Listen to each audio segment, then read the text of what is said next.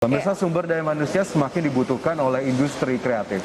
Tidak heran jika institusi pendidikan kejuruan berlomba untuk meningkatkan kualitas peserta didiknya.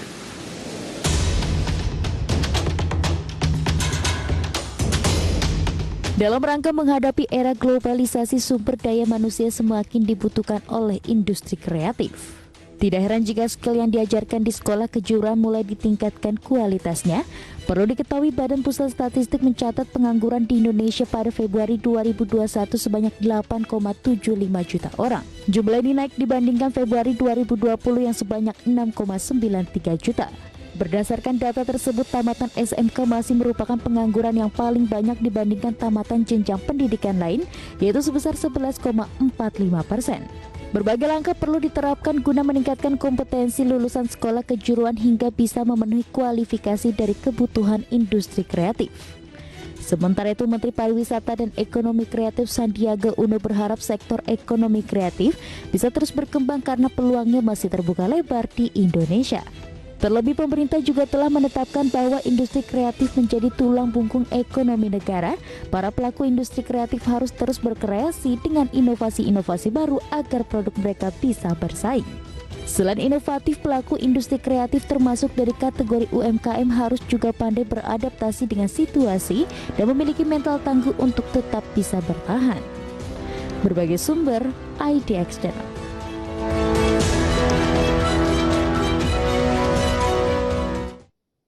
Itu dia pemirsa, tema kita kali ini adalah semai bibit pengusaha lewat platform pelatihan instan kreatif. Sudah tersambung melalui line Zoom bersama Mbak Vina Silmi Febriani selaku CEO dari Fokraft. Selamat pagi Mbak Vina, apa kabar? Selamat pagi Mbak Vina. Selamat pagi. Iya, dengan Prisa dan juga Fajar di studio. Sehat ya? Oke, baik, alhamdulillah sehat terus Mbak Vina. Terima kasih banyak sudah bergabung bersama kami di pagi hari ini. Mbak Vina, kita ngobrol soal SDM begitu ya, kemudian juga bagaimana kemudian kebutuhan industri saat ini. Nah, jika kita melihat kebutuhan industri kreatif Mbak Vina terhadap SDM sejauh ini sebetulnya sudah mumpunikah Anda lihat? Oke, jadi kalau dari Kemenparekraf sendiri itu mengatakan bahwa Indonesia ditargetkan untuk memiliki sekitar 21 juta tenaga kerja ya di bidang ekonomi kreatif pada tahun 2024. Sedangkan per tahun 2020, Indonesia baru memiliki sekitar 19 juta tenaga kerja di bidang ekonomi kreatif. Jadi kebutuhannya cukup besar, yakni sekitar 2 juta tenaga kerja baru dalam waktu sekitar 4 tahun. Jadi intinya sih saya melihatnya kebutuhan industri kreatif ini terhadap SDM mumpuni itu cukup besar ya. Oke, lantas sejauh ini seperti apa antara supply dan juga demand-nya? Kalau dari segi supply, itu lulusan sekolah pariwisata dan ekonomi kreatif pada tahun 2020 hanya menghasilkan sekitar 1.500 orang per tahunnya. Dan ditargetkan meningkat pada tahun 2024 menjadi sekitar 2.200 orang per tahunnya. Itu saya dapatkan dari data Kemenparekraf juga pada tahun 2020 lalu. Nah, selain itu mengacu pada data statistik pendidikan tinggi Kemendikbud pada tahun 2019, lulusan mahasiswa vokasi secara keseluruhan hanya sekitar 362.000 orang. Nah, di situ berarti ada gap yang cukup tinggi pada supply dan demand-nya jika kita mengacu pada target yang disebutkan oleh Kemenparekraf sebelumnya untuk bisa mendapatkan atau memiliki sekitar 21 juta tenaga kerja di bidang ekonomi kreatif pada tahun 2024. Oke, itu terkait dengan supply dan demand ya. Tapi Mbak Vina, kalau kita ngobrolin industri kreatif kan ini besar sekali ya, luas sekali cakupannya. Lantas dengan cakupan yang begitu luas, sebetulnya skill sumber daya manusia apa yang memang banyak dibutuhkan di industri ini? Oke, jadi saya pernah baca ya di Future of Jobs yang dirilis oleh World Economic Forum pada tahun 2020, itu ada beberapa skill yang dibutuhkan oleh industri terkini saat ini, seperti creativity, complex problem solving, active learning, emotional intelligence, dan innovation. Nah, soft skills ini juga diakui oleh para pelaku bisnis dari industri kreatif itu sendiri yang sudah dilakukan riset oleh Fokraft gitu. Nah, selain itu, Fokraft juga sudah melakukan riset terkait technical skills yang paling dicari di industri kreatif saat ini, dan jawabannya adalah copywriting, digital strategies, graphic design, dan content creation. Seperti itu, Mas. Oke, lantas kalau dari segi proses terbentuknya Fokrap sendiri itu seperti apa dan bagaimana peran dari Fokrap ini hadir untuk menjembatani gap antara supply dan demand SDM mumpuni di industri ini? Oke, jadi kalau founder Fokrap sendiri itu ada 3 orang ya, dan pertama kali kita nongkrong membahas keinginan untuk membuat startup itu pada bulan Mei 2019. Waktu itu kita bertiga masih bekerja di tempat sebelumnya masing-masing, tapi sudah melihat nih adanya isu skill gap di Indonesia. Kenapa? Karena saat itu banyak owner perusahaan yang mengeluh sulitnya mendapatkan talent untuk direkrut. Dan di saat yang bersamaan, angka pengangguran juga masih tinggi ya. Lalu kami bertiga sepakat untuk terjun ke ranah pendidikan sebagai bentuk ikhtiar kami dalam mengatasi skill gap tersebut. Nah, kebetulan partner saya ini memiliki basic di bidang teknologi dan pengalamannya bekerja sekian tahun di salah satu startup terkenal, dan dia suggest idea untuk menjawab isu skill gap ini dengan memanfaatkan platform yang teknologi based gitu. Lahirlah konsep EduTech yang sekarang bernama Fokrap dengan payung hukum PT Kolaborasi Edukasi Nusantara. Nah, waktu itu awalnya kita baru bikin satu kelas dengan topik copywriting, lalu di launch sambil mulai hire tim yang lain untuk bergabung turut serta mengembangkan startup ini. Lalu pada bulan Oktober 2019 kami baru mulai full time di Fokrap dan terus berproses hingga sekarang. Nah, menjawab pertanyaan yang selanjutnya tadi, bagaimana Fokrap hadir gitu ya, mungkin untuk menjembatani gap antara supply dan demand SDM mumpuni di industri kreatif ini. Jadi Fokrap itu sendiri berproses ya, agar dapat memberikan solusi terbaik untuk bisa menjembatani gap tersebut. Awalnya Fokrap meluncurkan video pembelajaran self-paced learning yang dapat diakses kapanpun dan dimanapun. Lalu kami melakukan riset kepada student yang sudah belajar melalui program tersebut, dan situ kami menangkap adanya demand kelas pembelajaran live session yang lebih interaktif. Maka dari itu kami membuat program baru bernama Fokrap Level Up. Nah, Fokrap Level Up ini adalah mini serial webinar yang membahas materi terkini dan dibawakan oleh expert dari top companies. Student juga diberikan fasilitas sesi tanya jawab langsung dengan para expert tersebut. Lalu kami kembali melakukan riset kepada student yang sudah belajar melalui Fokrap Level Up itu, dan kami mencari tahu apa saja feature produk yang mereka inginkan, namun belum terfasilitasi baik oleh video pembelajaran self-paced learning maupun Fokrap Level Up. Nah, jawabannya mereka menginginkan pembelajaran yang lebih intensif yang bisa membantu mereka dalam pembuatan portofolio serta memberikan jaminan pekerjaan di industri kreatif.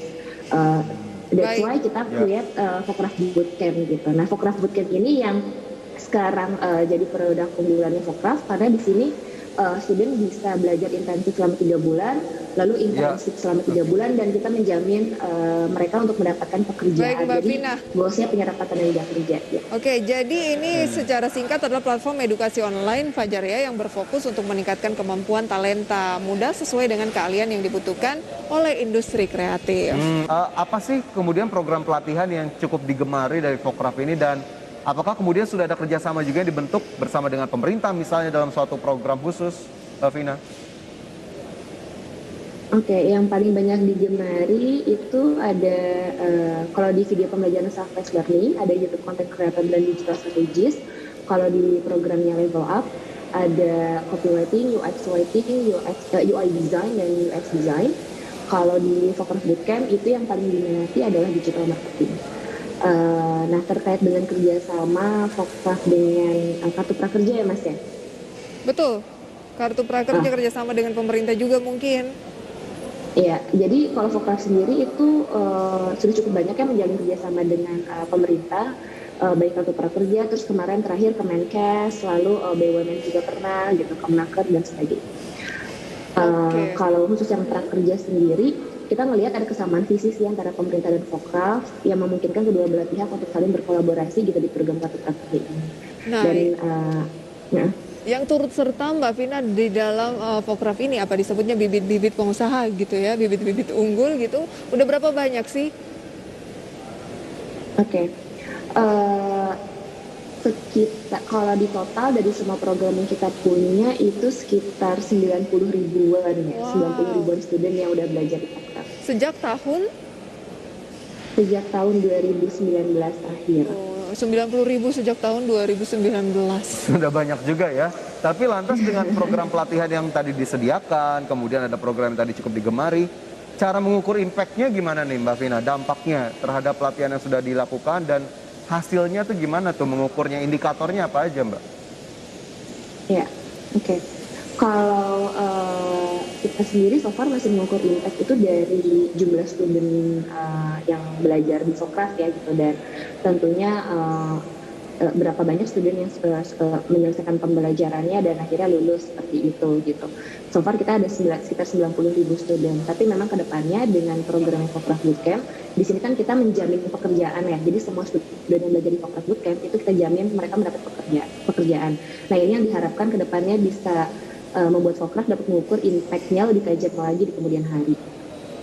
Oke, kalau durasi untuk ikut di Fokraf ini berapa lama misalnya? Misalnya saya ingin ikutan, menambah skill, minimal berapa lama sampai berapa lama? Tergantung mengambil program yang mana, kita paling cepat ada yang mungkin kalau misalnya rajin gitu ya 2 bulan selesai, Oke. sampai 6 bulan.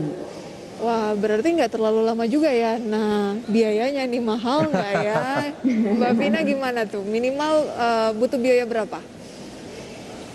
Ya, jadi balik lagi karena kita punya 3 program ya, jadi ada 3 pricing gitu. Kalau yang di video self-paced learning itu harganya sekitar 300 sampai 600 ribu. Kalau yang di level up itu kalau ada promo gitu kita bisa di 50 ribu sampai 900 ribu gitu.